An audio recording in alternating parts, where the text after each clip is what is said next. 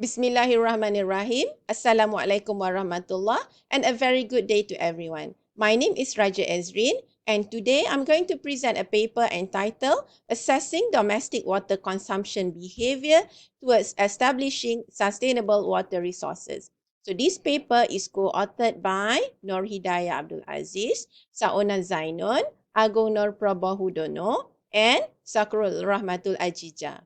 So as we know, water is the driving force of all nature. This quotation is taken from Leonardo da Vinci. So it shows that water is very important as it's the driving force of all nature. So for my presentation today, I will start with the introduction, followed by the problem statement, research objective, and research methodology. After that, I will show you the results and then we go into the discussion and conclusion.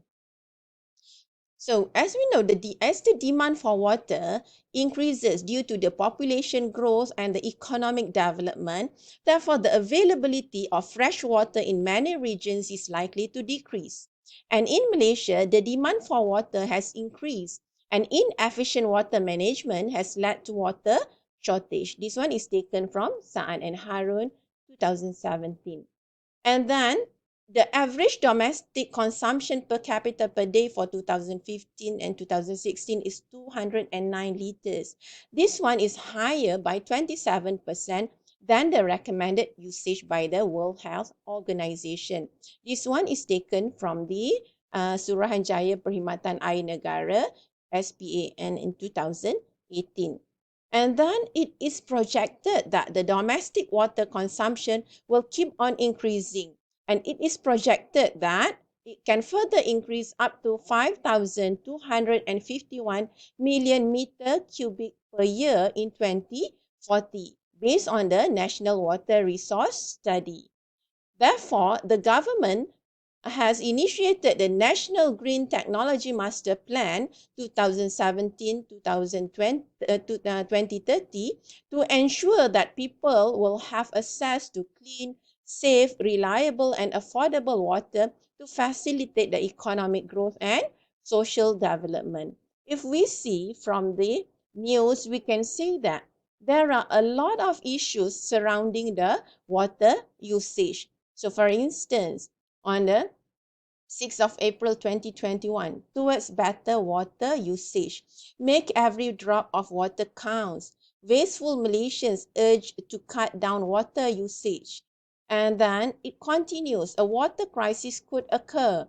Malaysia river pollution cuts water supply to more than 300,000 people. Securing our water supply. Klang Valley folk better prepared for water cuts. And there are a lot more headlines that highlight the water crisis that could occur. So if you look at the news, the government targets to reduce Malaysians' daily water consumption by 2025. So we can see that the government aims to reduce water consumption to 180 litres per person per day by 2025. And then currently, because we have a high water consumption and our water consumption is at 219 litres per person daily compared with the recommended rate of 160 litres per day. So we are consuming a lot of water. So the consumption is very high. So this one is a big issue. So about the pattern of water consumption in Malaysia. So if we see here, the domestic metered water consumption in Malaysia from 2012 to 2019 in billion litres per day, we can see that the trend is increasing. And then we look here, in 2019, approximately 6.82 billion litres of metered water were consumed in Malaysia per day for domestic use. So Malaysia recorded an increase of 1 billion litres per day in the metered water consumed for domestic use compared to 2012. So that means, so it shows that the water consumption in Malaysia keep on increasing. So that leads to the problem statement of this study. So the average domestic consumption per capita per day is higher than the recommended usage by the World Health Organization. It is projected that the domestic water consumption in Peninsular Malaysia will keep on increasing. Growing population drives the increase in demand for food. So this also put pressure on the water consumption. So plus all other problems that I have highlighted before highlights that the critical issue for water consumption and management in Malaysia. Therefore, the research objectives of this study, are: the first one is to assess the domestic water consumption behavior in Malaysia, and secondly, to assess the perception towards sustainability of water resources. As for the research methodology, this study is using a questionnaire survey. Malaysian people aged above 18 years old. We look into the social demographic characteristics, their occupational information and household information, the indoor and outdoor water use activities and their respective frequencies and duration. And we analyze it using the SPSS descriptive statistics, whereby we look into the descriptive statistics, t-test, ANOVA, and the looking at the survey findings. Based on the demographic result, it is found that number of respondents, there are altogether 258 respondents. Based on the gender and age, 74% of them are female, while 66% are from the age of 18 to 25 years old. With regard to the education level, 40% with at least undergraduate level. With regard to the number of household, majority of them stay in a house with less than 4 number of household. As for the type of house, 80% stay in a landed houses. As for their income level, 65% had family incomes ranging from 1,500 ringgit to 4,000 ringgit. For the occupation, majority either as self-employed or work with the government.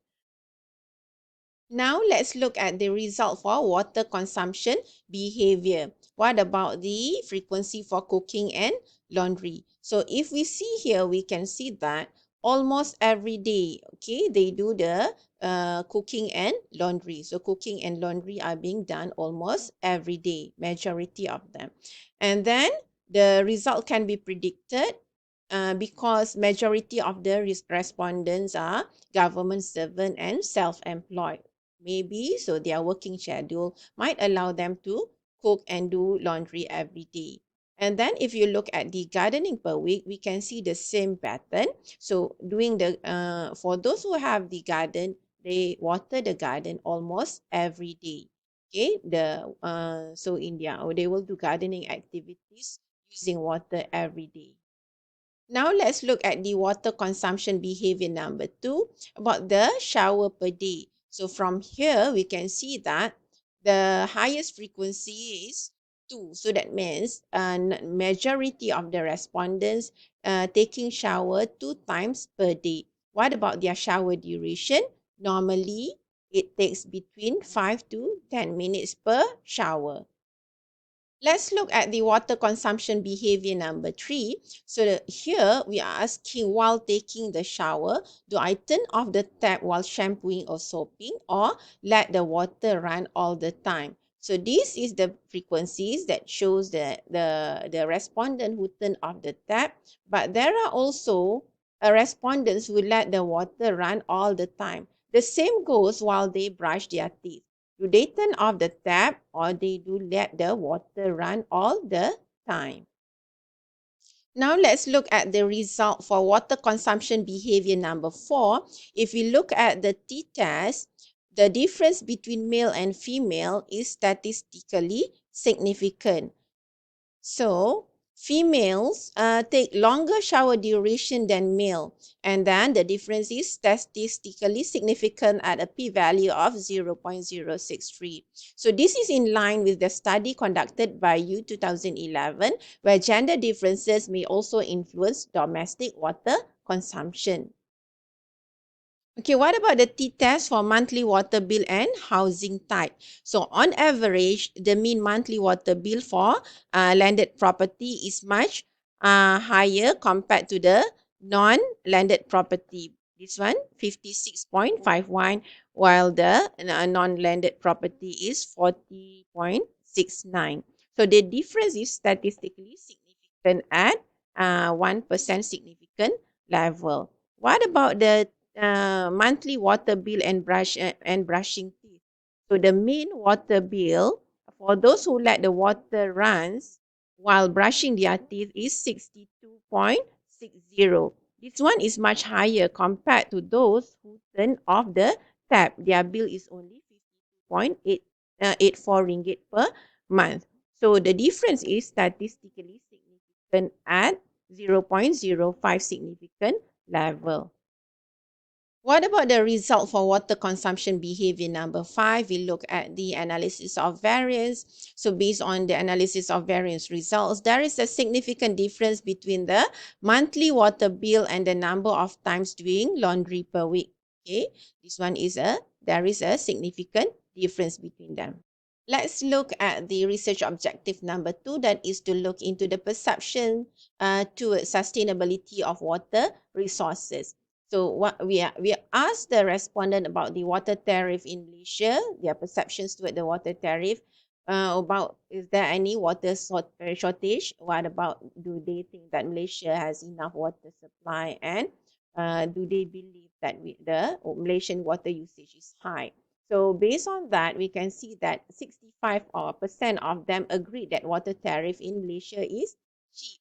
They also agree that water shortage rarely happen in their area due to the fact that only few places are affected with the water crisis.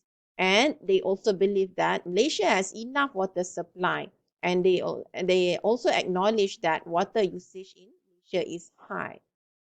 So if we see here what has been reported on the news, changing consumer attitudes towards water, we can see that Malaysia's low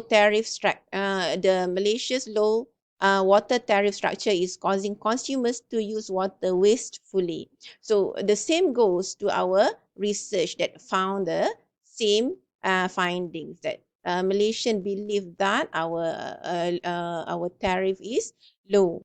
Again, as what we have seen before, based on the statistics from the National Water Services Commission, Malaysian consume on average 201 liters of water per person per day, and then higher than what has been set by WHO compared to Singaporeans. For example, uses 151 liters per person per day, and then Thais uses 193 liters per person per day. And we look into the tariff. They believe that when tariff is low.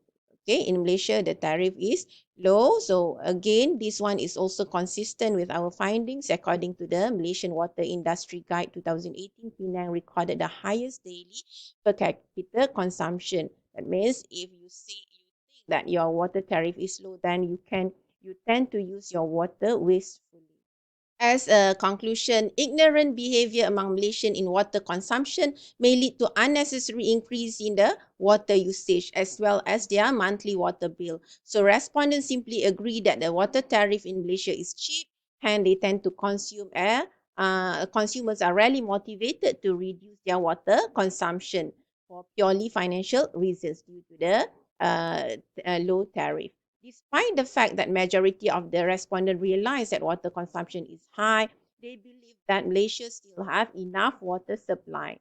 So it is important to promote positive water consumption behavior to ensure that the availability of water resources can be sustained. So together we make a difference. I end my presentation with a quote from Benjamin Franklin: "When the well is dry, we know the worth of water." With that, I thank you.